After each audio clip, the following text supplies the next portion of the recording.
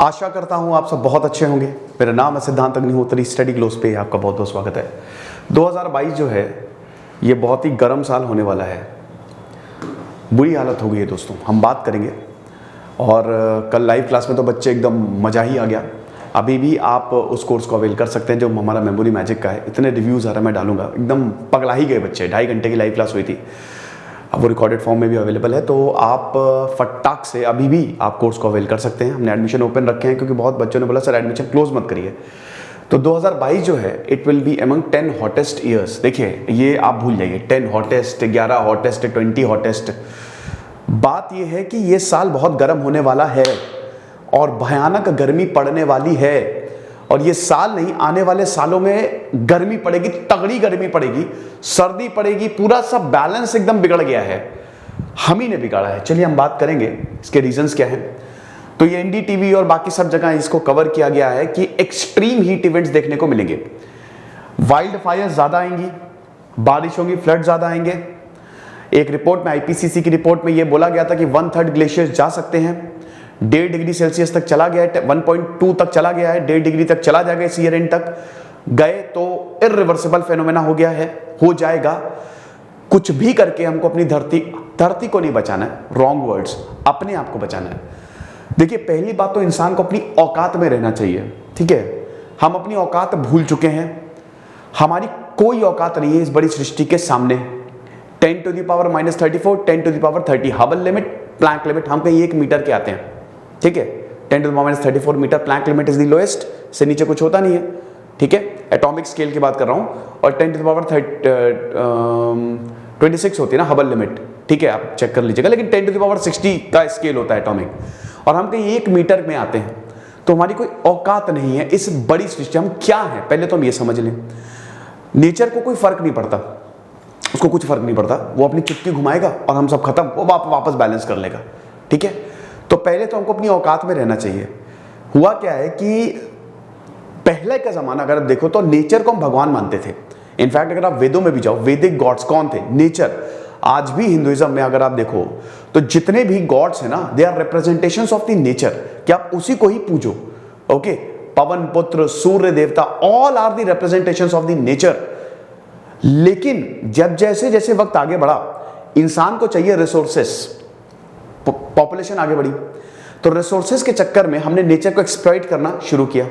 धर्म को भी ऐसे बदला गया कि जैसे नॉन इब्राहिमिक रिलीजन्स में, बुद्धिज्म, हिंदुइज्म में नेचर को आज भी भगवान मानते हैं, लेकिन इब्राहिमिक रिलीजन्स में इंसान को ऊपर बताया गया है कि हम सुप्रीम हैं, ठीक है। तो हुआ क्या कि जैसे जैसे, क्योंकि आपको चाहिए क्या? रिसोर्सेस। आपको रिसोर्सेस चाहिए, है ना। उसके लिए आपको लोगों को एक्सप्लॉइट करना पड़ेगा, धरती को एक्सप्लॉइट करना पड़ेगा। हर जगह घुस जाओ, सब खत्म कर दो, पेड़ खत्म कर दो, पानी खत्म कर दो। आज इतने फ्लड्स आते हैं, देख रहे हैं ना कि जहां बहुत बड़ा तालाब हुआ करता था सब हटा के वहां पे घर बना दिए गए हैं। खत्म हो गया एकदम, मतलब पूरी तरीके से एग्रीकल्चरल फील्ड को खत्म करके वहां पे घर बनाए जा रहे हैं, सब पैसे के लिए। और उसके बाद फिर गर्मी पड़ती है, लोग डूबते, लोग मरते हैं, फिर चिल्लाते हैं कि क्या हो रहा है, ये क्यों कर रहे हो, क्यों इतनी गर्मी पड़ रही है। फिर आके ज्ञान देते हैं कि ये हो रहा है, वो हो रहा है, ठीक है। तो सबसे पहले तो हम अपनी औकात से बाहर जा रहे हैं। तो ये यहां पे आपको, वैसे तो हर काम अपनी औकात से बाहर ही करना चाहिए, लेकिन कुछ काम ऐसे है ना जो आपको अपने लिमिट में रह के करना चाहिए। ये काम ऐसा है, आप नेचर से छेड़छाड़ करोगे, आपकी औकात क्या है ना। तो सबसे पहले अब उसका असर ये देखने को मिल रहा है। एक्सट्रीम हीट इवेंट्स होंगे, फ्लडिंग इवेंट्स होंगे। 2060 तक भारत के जो कोस्टल टाउन्स है ना, इंक्लूडिंग मुंबई, वो डूब सकते हैं। इंडोनेशिया डूब गया है, जकार्ता कैपिटल शिफ्ट हो रही है, आपको पता है ना। नुसंतारा खत्म हो गया, जकार्ता डूब रहा है धीमे धीमे। 50 से 60 सेंटीमीटर तक सी लेवल राइज हो रहा है ग्लोबल वार्मिंग की वजह से। ग्लेशियर्स पिघल रहे हैं। विश्वास करोगे कि अंटार्कटिका में 40 डिग्री सेल्सियस तक टेम्परेचर चला गया है।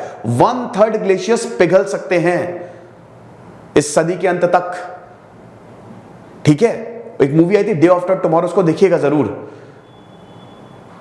अंटार्कटिका में आमतौर पे 50 डिग्री सेल्सियस -50 डिग्री सेल्सियस तक टेम्परेचर होता था। ये घट के -12 डिग्री तक आ गया है। 40 डिग्री तक का डिफरेंस, 5 डिग्री से ऊपर हो तो हीट वेव हो जाती है। इतना बड़ा डिफरेंस, इतना बड़ा डिफरेंस, एक पूरा ग्लेशियर टूट के अलग हो गया। ये गर्मी के कारण है। धरती गर्म हो रही है, आप समझ रहे हो, गुस्से से लाल हो गई धरती। गुस्सा, जब गुस्सा आता है ना, गर्म हो जाते हो, तो धरती को भी गुस्सा आ गया कि तुम्हारी अब बैंड बजाते हैं। अगर इस पे ध्यान नहीं दिया तो हम सब साथ में मरेंगे, मान के चलिए। हम तो नहीं, हमारी फ्यूचर जनरेशंस मरेंगी।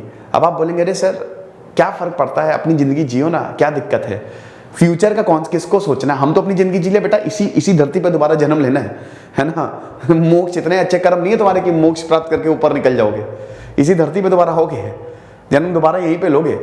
तो फ्यूचर जनरेशन का अपना सोच के थोड़ा सा देखो, है ना, कि क्या होने वाला है। फिलहाल 2022 विल बी, बहुत लंबा लेक्चर मोनोलॉग टाइप का हो गया, देख सकते हैं कि जो टॉप 10 हॉटेस्ट ईयर में ये रहने वाला है। NOAA ने, ओशियानिक एटमॉस्फेयर एडमिनिस्ट्रेशन ने ये नई रिपोर्ट जारी की है। एक और चीज, हमारा यूपीएससी का शानदार कोर्स लाइव है। आपको बता दूं कि हम लाइव क्लास दे रहे हैं, हम टेस्ट सीरीज इतनी शानदार दे रहे हैं, हिंदी मीडियम इंग्लिश मीडियम दोनों में ही ये कोर्स है। बहुत जबरदस्त कंटेंट है। फाइनेंशियल ईयर एंड सेल हमने शुरू की है, 31 मार्च को फाइनेंशियल ईयर एंड खत्म हो गया। FY 2022 कूपन कोड यूज करिए, आपको एक्स्ट्रा 25% ऑफ मिलेगा। 5 अप्रैल के बाद से कोर्स 50,000 का हो जाएगा। अभी ये आपको सिर्फ 15,000 में मिल रहा है। अभी इसी वक्त सारे कोर्सेज को अवेल करें, सब पे ये ऑफर है। फाइंडिंग्स आप देख सकते हैं। ग्लोबल सल्फेट टेम्परेचर जनवरी फरवरी में it was the 6th highest on record, और ये डेवलपमेंट यही बताता है कि 2022 जो है it will be the warmest year. 28.6% chances हैं कि 28.6 क्या, ये 5 हॉटेस्ट ईयर में से एक रहेगा। 100% चांसेस हैं कि 10 हॉटेस्ट, अभी तक जो 10 सबसे गर्म साल हुए ना, जब तक धरती चल रही है, खैर वो आप आइस एज को मत आप कर लीजिएगा, उसमें सबसे ज्यादा, और 28.6% चांसेस हैं कि टॉप 5 हॉटेस्ट ईयर में आएगा। दिल्ली में इस समय का टेम्परेचर 30 डिग्री सेल्सियस रहता था। मुझे याद है कि पिछले साल मैंने पंखा ऑन किया था 1 अप्रैल के आसपास, अभी एसी चल रहा है, पंखा तो आप भूल जाइए। 40 डिग्री सेल्सियस से पार हो गया है टेम्परेचर। ये 2 अप्रैल की आज बात है। मैं अभी गुजरात गया था, अहमदाबाद, सौराष्ट्र रीजन तो वैसे ही बहुत गर्म रहता है, लेकिन इतनी भीषण गर्मी, जल भुन गए, एकदम तप गए, तंदूरी सिद्धांत हो गया था, आप समझ लीजिए। इतनी गर्मी, इतनी ज्यादा गर्मी, असहनीय गर्मी अप्रैल में। मई जून में क्या हालत होगी? मई जून में ऐसा नहीं कि 50 से ऊपर पार हो जाएगा। देखिए इसमें कुछ ऐसे भी है ना कि एक तो बारिश नहीं हुई, बिल्कुल अनक्लियर स्काई, क्लियर स्काई रहा है, एकदम भयानक धूप, ठीक है। वेस्टर्न डिस्टर्बेंस के कारण ऑस्ट्रेलिया में भी कुछ लो प्रेशर हाई प्रेशर का कंसेप्ट मैं हजारों बार बता चुका हूं, ठीक है। तो लो प्रेशर, देखो जो गर्म हवा होती है ना वो ऊपर उठती है, समझो। लो प्रेशर हाई प्रेशर का कंसेप्ट समझो, इसी से ही सारे वेदर फेनोमेना एसोसिएटेड है। लो प्रेशर एक कमरा है, ठीक है, एक कमरा है, एक कमरे में 10 लोग आ सकते हैं, उसमें 20 लोग हैं, बगल में कमरा खाली है। ये वाला जो कमरा है 10 लोग आ सकते हैं, 20 लोग भरे पड़े हैं। हाई प्रेशर होगा ना, बहुत प्रेशर होगा, अरे यार कितना प्रेशर है, प्रेशर रिलीज करो, तो बगल वाले कमरे में जाओगे। तो हमेशा नेचर में higher concentration to lower concentration जाती है ताकि बैलेंस हो सके, high pressure to low pressure, समझ रहे हो। तो अब इसी में टेम्परेचर इन्वॉल्व है, ठीक है। जैसे जैसे हवा हल्की होती है, मॉलिक्यूल्स अलग, यानी कि लो प्रेशर तो ऊपर उठेगी, high pressure to low pressure to high pressure ही जो विंड का मूवमेंट होता है ना वो होता है, ठीक है। तो आप ये समझो कि उधर प्रेशर फेनोमेना डेवलप हुआ जिसकी वजह से हमको झेलना पड़ा या पूरी दुनिया को झेलना पड़ा। उसके बाद फिर इधर पाकिस्तान में जो डिस्टर्बेंस होने थे वो हुए नहीं, मतलब वो बहुत पहले हो गए, ठीक है।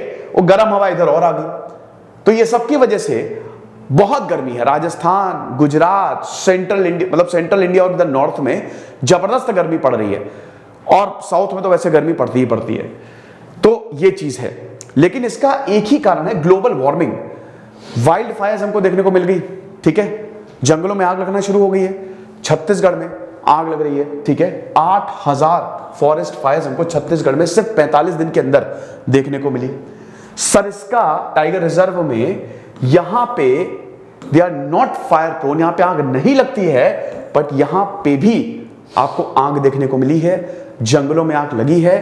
अर्ली वार्निंग्स दी गई, फर्क नहीं पड़ा, और अभी दोस्तों ये और बढ़ेगा। पिछली बार ऑस्ट्रेलिया में फायर आग लगी भयानक, अमेज़न में आग लगी भयानक, भारत के जंगलों में आग लगी भयानक, फ्लड्स आए, अभी बारिश होनी ना, अभी तो सब डूबेंगे। तो आप ये समझो कि ये तो खाली वो छींटे भर है। अब आप बोलेंगे सर डरा रहे हो, ये रियलिटी है, आप इसको बिल्कुल चेंज कर सकते हो। सरकारों को इसमें ध्यान देना पड़ेगा। पेड़ लगाइए, जितने ज़्यादा पेड़ लगाएंगे उतना अच्छा होगा, ठीक है। ग्रीनरी करिए जितना हो सके। सरकारों को इसमें बहुत ज़्यादा, अब जैसे हिमालयन प्रोजेक्ट है, कितनी बार बोला गया है, वो जो रोडें चौड़े हो रही है ना कि भाई इससे इकोलॉजी को खतरा है, लेकिन ना लोगों को फर्क पड़ता है ना सरकारों को फर्क पड़ता है। फर्क पड़ना चाहिए, वरना इस तरीके के वेदर इवेंट्स देखने को मिलेंगे, ठीक है। 2.8% चांसेस हैं, अच्छा तो और 2.8% चांसेस है कि 2022 would be the hottest year ever recorded. 2022 सबसे गर्म साल भी हो सकता है, इसके 3% चांसेस के चांसेस कम है। तो 7 फरवरी और जनवरी तो बहुत ही ज्यादा गर्म रहे, और अभी आप देख ही रहे हैं कि क्या हालत है। ग्लोबल वार्मिंग की वजह से धरती गर्म हो चुकी है। जो हिमालयन रिवर सिस्टम है ना, हिमालय पे भी ग्लेशियर्स हैं, 25 करोड़ लोगों को जिंदगी देता है। कैसे? क्योंकि हिमालय से निकलती है नदियां, इंडस सिंधु नदी जो कि पाकिस्तान जाती है, पाकिस्तान की लाइफलाइन है। गंगा नदी जो हमारी लाइफलाइन है पूरे नॉर्दर्न फर्टाइल प्लेस, किस वजह से है? गंगा नदी की वजह से। ब्रह्मपुत्र नदी जो कि बांग्लादेश, गंगा ब्रह्मपुत्र दोनों ही बांग्लादेश जाती है। तो इतने 25 करोड़ से ज्यादा लोगों को वो लाइफलाइन देता है, ठीक है। तो अगर हिमालय में कुछ प्रॉब्लम हुई तो वहां पे, और रीजन तो यही है कि वार्मर विंटर्स, देखो पहली बात तो माउंटेन्स में, पहाड़ों में जितनी बर्फ पड़नी चाहिए उतनी पड़ी नहीं। क्यों नहीं पड़ी? अगेन ग्लोबल वार्मिंग की वजह से, धरती गर्म हो रही है इसकी वजह से। पानी है नहीं, due to lead to rest waters streams में, जिसकी वजह से यहां पे हमको मेगा ड्रॉट्स देखने को मिल रही हैं। भाई जाहिर सी बात है, पहाड़ देखिए, भारत की अगर बात करें या इनफैक्ट अगर ऑल ओवर की बात करें, दो सिस्टम होते हैं। भारत की बात करते हैं, एक हिमालयन रिवर सिस्टम है, एक पेनिनसुलर रिवर सिस्टम है। हिमालयन रिवर सिस्टम में ग्लेशियर्स हैं, ग्लेशियर्स बढ़िया तरीके से हैं और उसमें पानी लगातार फ्लो होता है। तो गंगा, ब्रह्मपुत्र और सिंधु नदी में आपको हमेशा पानी देखने को मिलेगा। एक तो ग्लेशियर का, दूसरा बारिश हो जाती है। साउथ की जो नदी है, जो पेनिनसुलर इंडिया है, ठीक है, उसमें पहाड़ तो है नहीं बर्फीले, तो उसमें सिर्फ बारिश का ही पानी आता है, यानी कि दीज आर नॉट पेरिनियल।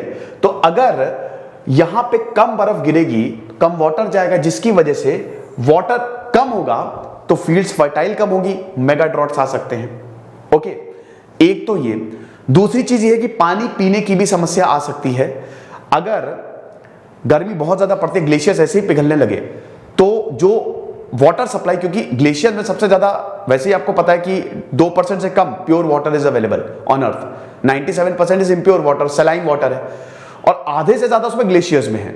तो पानी पीने की भी समस्या इसमें आ सकती है। दुनिया भर की बात करें, Europe, western and northern Russia, eastern India, हर जगह अगर आप देखो तो गर्मी की चपेट में ये एरियाज आ गए हैं। फिलहाल इस गर्मी में कोशिश करें कि आप अपने घर पे ही रहें। अब जिनको जाना है दोपहर के समय तो नहीं निकले। ये जो 2 बजे से 4-5 बजे तक का टाइम है, दोपहर में अवॉइड करें, क्योंकि दिक्कत हो सकती है। हीट वेव भारत में चल ही रही है, गर्म हवा भी शुरू हो गई है, लू चल रही है, तो आप थोड़ा सा ध्यान रखें। मई जून तक तो पड़ेगा ये, जुलाई से मौसम ठीक होगा, जब बारिश आएगी, मानसून आएगा। खुश रहिए, पढ़ते रहिए। दिस इज सिद्धांत अग्निहोत्री, साइनिंग ऑफ।